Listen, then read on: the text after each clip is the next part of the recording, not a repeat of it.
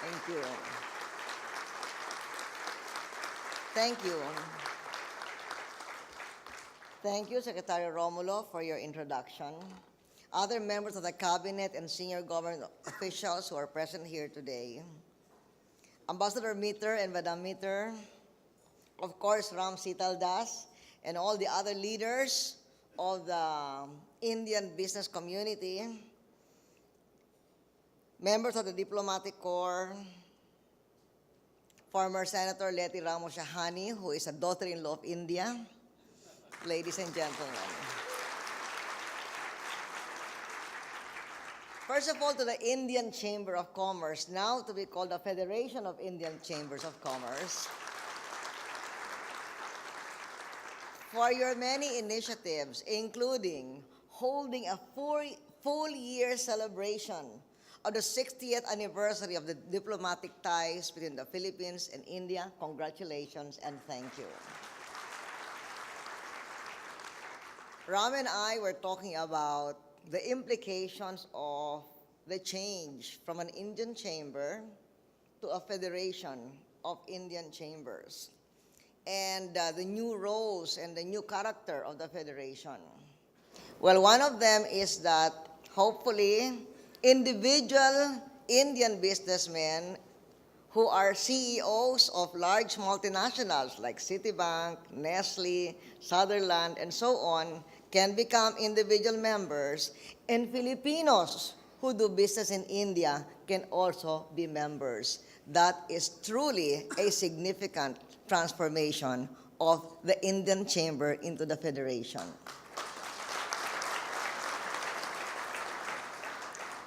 And it is only so fitting because India and the Indian people play an important role in the Philippine experience. Hundreds of years before diplomatic relations were established between our two newly independent countries in 1949, in the 18th century, trade was already flourishing between Manila and the Coromandel Coast and Bengal, involving Philippine exports of tobacco, silk, cotton, indigo, sugarcane, and coffee. Politically, the Philippines is Asia's first democracy, and India is today the world's largest democracy.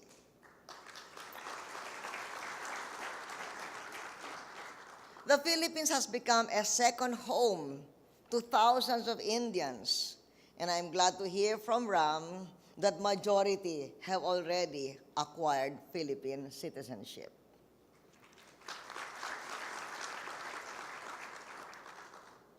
Gone are the days when Indian people coming to the Philippines were considered as restricted aliens.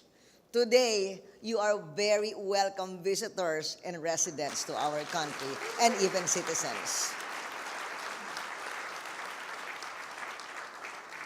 In terms of the economy, India and the Philippines are ranked the two most attractive offshoring destinations in the world.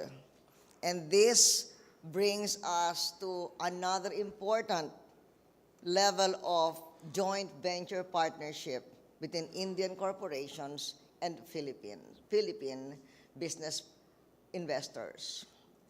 We are buying a lot of pharmaceuticals from India as part of our program to cut the price of medicines for the ordinary Filipinos. Many other kinds of relationships were already enumerated, both by Ambassador Mitter and by Ram. I need not mention all of them again. They both mentioned the exchange of high-level visits.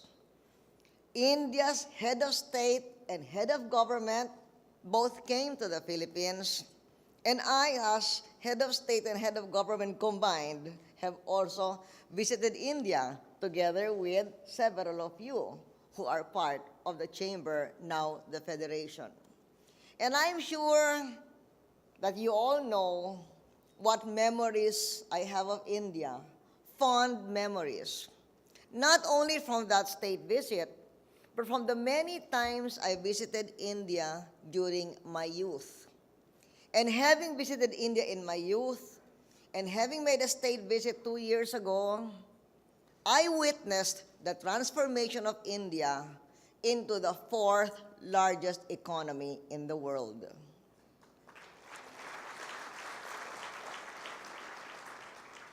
In fact, today, BRIC,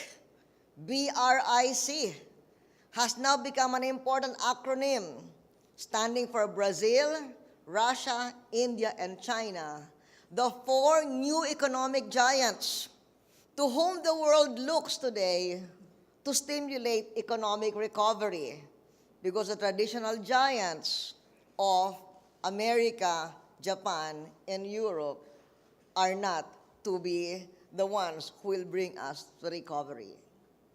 India's projected growth rate of 6 to 7% in this time of global recession is admirable. Having said that, the world economy continues to challenge developed and developing nations alike. So for us, for Filipinos, for Indian friends living in the Philippines, now is the time for pulling together and focusing on family and the community. We must initiate a new era of volunteerism and community spirit.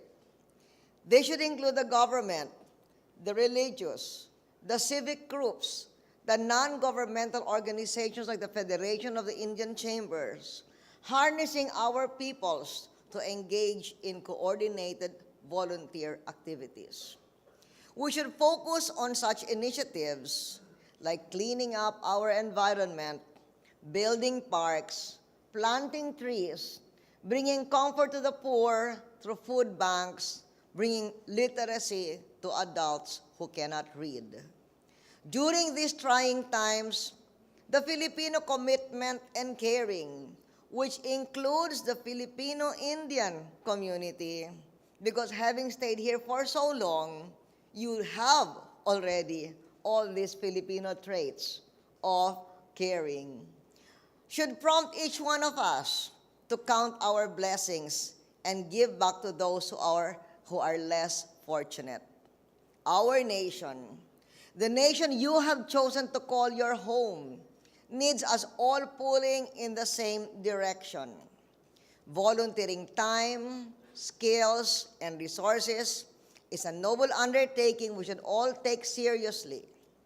In lean global economic times, we should tap international support for volunteerism. We need to promote citizen involvement, including the Indians who have become Filipino citizens, and resident involvement, including the Indian citizens who have been residing in the Philippines for so long. We need all of you to help friends, families, communities, and the less fortunate, notably revolving around the poor and the environment. I mention all this because I have declared the month of May as Volunteerism Month. And I hope as part of your year-long anniversary, 60th anniversary celebration of our diplomatic relationship, the Federation of Indian Chambers can use this month to launch some of your volunteer projects for the poor and the environment. Also, within the context of a turbulent world, it is essential to keep our own continent as calm and coordinated as possible. Perhaps because of the strength of India and China and other parts as well, including ASEAN, the Asian continent is the best situated to weather the global crisis and come out the strongest compared with other continents like America and Europe. It is time to harness the potential of Asia, to capitalize on its resources, and to give the Pan-Asian region a stronger voice in shaping the world economic order. One way to achieve this is for ASEAN and India to accelerate the negotiations for an ASEAN-India free trade agreement.